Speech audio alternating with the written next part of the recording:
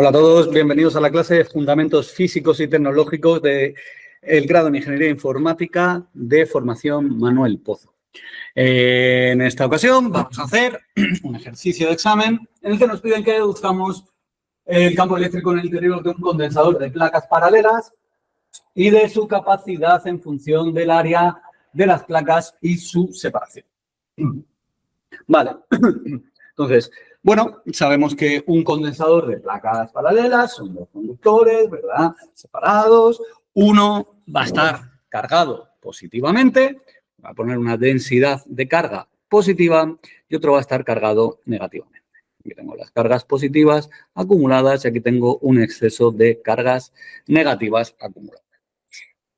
Entonces, bueno, el campo eléctrico, primero lo que tendré que ver es cuál es el campo eléctrico que me genera una placa.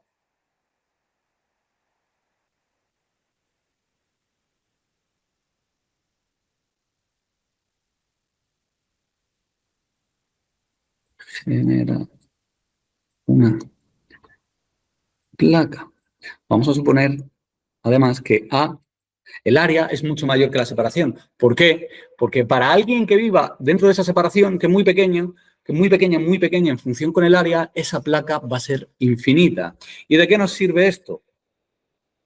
Pues de que así voy a poner la placa tumbada, vamos a poder usar a nuestro querido amigo y vecino Gauss.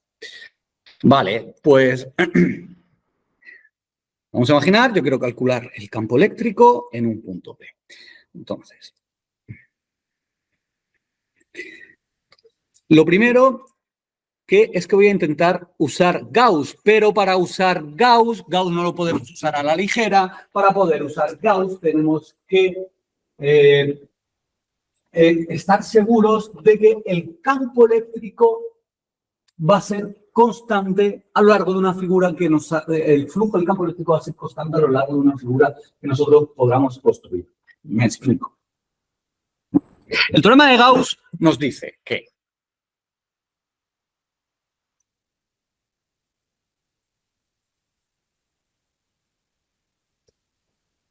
la integral sobre una superficie cerrada del flujo del campo eléctrico tiene que ser igual a la carga encerrada partido, bueno, en este caso estamos en el vacío, la constante dieléctrica del vacío.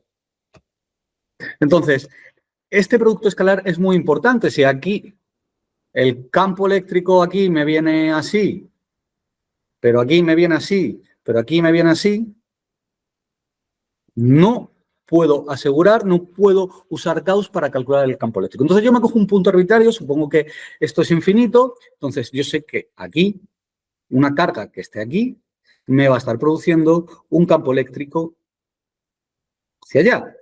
Otra que esté que sea diametralmente opuesta a dicha carga, me va a estar generando un campo eléctrico de igual magnitud, ¿vale? Pero digamos que están en el sentido contrario. Y por cada par que tenga aquí, por cada carga que tenga aquí, voy a tener, digamos, su simétrica. Entonces, al final, lo que voy a acabar teniendo es un cono de campos eléctricos en el que se me van a cancelar las componentes horizontales. ¿Vale? Este E y este E se me cancelan. Y me va a sobrevivir una única componente gorda hacia arriba.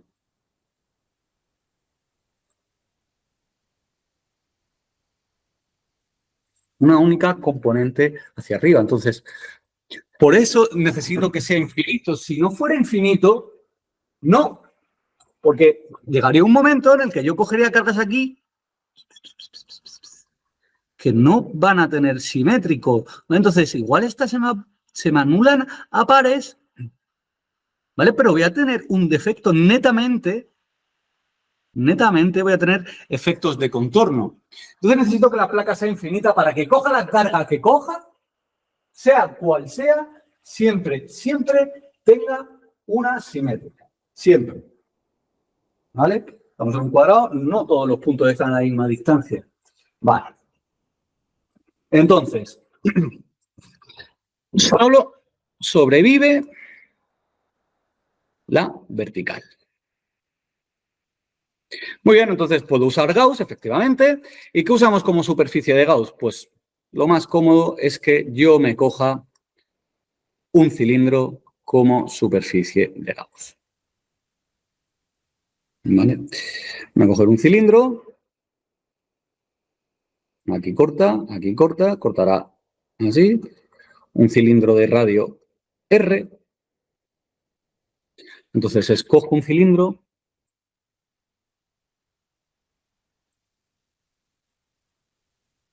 de radio R como superficie. Entonces, obviamente, el campo eléctrico debajo de la placa también vendrá dirigido hacia abajo. ¿Vale? Entonces, a ver, el diferencial de superficie, el vector superficie siempre es perpendicular a la superficie en la que estamos analizando. Entonces, la superficie lateral y el campo eléctrico, que siempre va hacia arriba, la superficie lateral está contenida en el plano XY, en un plano XY, me da igual, ¿vale? Pero está siempre apuntando en este plano, en el mismo plano, aunque sea paralelo, en un plano perpendicular a la placa con densidad de carga sigma. ¿Vale? Entonces, ese producto escalar E por diferencial de S va a ser nulo. Me explico. Sobre la superficie cerrada, la integral cerrada va a ser la integral sobre las superficies laterales más la integral del campo sobre las tapas. Esto va a ser cero porque el campo eléctrico, como hemos deducido, va hacia arriba. Y el vector diferencial de superficie siempre irá apuntando para allá o para acá, en los laterales, ¿vale? Entonces, esto obviamente va a ser perpendicular siempre al campo eléctrico, ¿vale? Como el XY con el Z, siempre fueron 90 grados. Entonces, esto se me queda, el E por diferencial de S son paralelos, forman 0 grados, entonces el producto escalar es máximo, coseno de 0. El campo eléctrico es constante a lo largo de la tapa, es constante en toda la superficie de la tapa, aquí irá hacia arriba, aquí hacia arriba, este punto es arbitrario, es un plano infinito, puede ser cualquier punto, me da igual, no hay sistema de referencia, no hay ningún punto privilegiado porque todo es infinito y todo es igual. Entonces, el campo eléctrico que me está generando la placa va siempre en todo punto hacia arriba. Muy bien. Muy bien. Pues este E por el diferencial de S, o sea, perdón, esto va a ser E por el diferencial de superficie, es decir, la superficie de la tapa. Es decir, pero claro, ¿cuántas tapas tengo? La de arriba y tengo la tapa de abajo. Entonces, esta integral va a ser 2 veces el campo eléctrico por la integral de la diferencial de superficie, es decir, la superficie de las tapas, pi r cuadrado. Muy bien, pues entonces 2E. Entonces, vale, bueno, esto lo dejo por aquí. Y ahora lo que voy a ver es qué carga tengo encerrada en la superficie de Gauss. Pues la carga que tengo encerrada, a ver, lo voy a pintar así, no quiero arañar mucho más el dibujo. Es la carga que tengo encerrada. Color básico. Es la carga que tengo encerrada en lo que yo pinto de amarillo. Es decir, es la carga encerrada dentro de la superficie de Gauss, solo dentro de la superficie de Gauss. Entonces, ¿qué superficie tengo yo ahí encerrada? Pues si eso tiene una densidad de carga sigma, va a ser la densidad de carga por el área, es decir, sigma pi r al cuadrado. Entonces, con estas dos cosas, igualando, tengo que 2 veces el campo eléctrico pi r cuadrado es igual a sigma pi r cuadrado partido epsilon sub 0. Pues genial, pi r cuadrado, y me queda que el campo eléctrico es sigma partido 2 epsilon sub 0, el que produce una sola placa. ¿Qué ocurre entre las placas?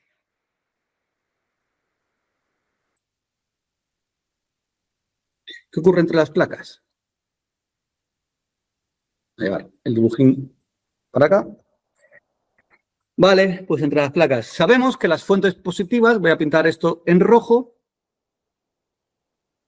Voy a pintar esto en rojo y voy a pintar este en verde. Sabemos que las cargas positivas son fuentes de campo, entonces el campo eléctrico que me está generando la positiva va dirigido hacia afuera. ¿Ya? Y hacia afuera, perdón, sí, son. A ver, ahora pinto las flechas. ¿Vale? Este es el campo eléctrico positivo. De acá, de acá, de acá, de afuera, de afuera. Y las negativas son sumideros, las cargas negativas son sumideros de campo. Es decir, que van dirigidos, las líneas de campo van dirigidas hacia dentro de la placa. Entonces, fijaos que fuera, aquí, el campo total va a ser nulo. Recuerdo que el campo eléctrico me ha salido que es sigma partido 2 epsilon sub 0. Si lo miramos con ojos de ver, esto es constante en todo el espacio. Es decir, que si existiera una placa infinita de verdad en algún lugar del espacio, del universo universal, esta estaría generando un campo eléctrico que sería constante en todo el universo, independientemente de la distancia a la placa. ¿Vale? Entonces, fuera de las placas, los campos se me anulan. Entre medias, ¿qué ocurre? Pues que me están apuntando ambas hacia la derecha. Entonces, entre medias se suman. Entre medias, el campo total va a ser el campo más el campo menos, es decir, sigma partido 2 epsilon sub 0 más sigma partido 2 epsilon sub 0. Ya sé que uno es positivo y otro es negativo, pero bueno, eso si hiciéramos un tratamiento vectorial lo incluiríamos ahí. Como estoy haciendo un análisis más cualitativo, aunque cuantitativo, pero más cualitativo, no me meto en rollos de vectores, con el dibujo es más que suficiente, ¿vale? Sabemos que va a ser la suma. Y ya está, dirigida pues hacia la derecha. Si le queremos poner nombre a la derecha, pues se lo ponemos. Si no, pues tampoco nos lo piden. Yo quiero el módulo del campo eléctrico, entonces esto va a ser sigma 2 sigma partido 2 epsilon sub 0, es decir, sigma partido epsilon sub 0. Perfecto. Ahora lo que me piden es la capacidad. ¿Cómo se define la capacidad? Perdón. ¿Cómo se define la capacidad? Vamos a calcular, a ver, lo voy a poner aquí. Capacidad. La capacidad se define, la capacidad eléctrica es igual a la carga partido la carga acumulada partido la diferencia de potencial. Vale, entonces, bueno, la carga acumulada, la carga total, será la densidad de carga por el área. ¿Cuál es la diferencia de potencial? Tenemos que saber que el campo eléctrico siempre va dirigido hacia potenciales menores. Entonces, si el campo va hacia allá, me quiere decir que el campo, el potencial aquí es mayor que aquí. ¿Vale? Entonces, esto va a ser V en más menos V en menos, que es lo que llamo V. ¿Y cómo calculo yo el potencial a través del campo eléctrico? A ver, sabemos que el campo eléctrico es menos el gradiente del potencial. Entonces, el potencial va a ser menos la integral de E por el diferencial de L entre el más y el menos. ¿Vale? Entonces, yo puedo coger aquí el origen de referencia, aquí 0 en cuanto a distancias. Esto está a una distancia D. Muy bien. Pues ¿A través de qué camino integro el campo eléctrico que obviamente es constante? Pues a través de las mismas líneas de campo. Es decir, esto se me va a quedar como menos E, el producto escalar va a ser máximo, ¿vale? Yo cojo un caminito, integro a través de este camino, L, entonces, que he pintado ahí en amarillo, entonces esto va a ser la integral entre 0 y D, es decir, E por 0 menos D, E por D, es decir, sustituimos sigma por la distancia partido la constante dieléctrica del vacío. Vale, pues la capacidad del condensador, sustituyendo ya, se me va a quedar como sigma por el área partido sigma por D partido epsilon sub 0, es decir, epsilon sub 0 por el área partido la distancia. Y esta es la formulita que todos conocemos de la capacidad de un condensador.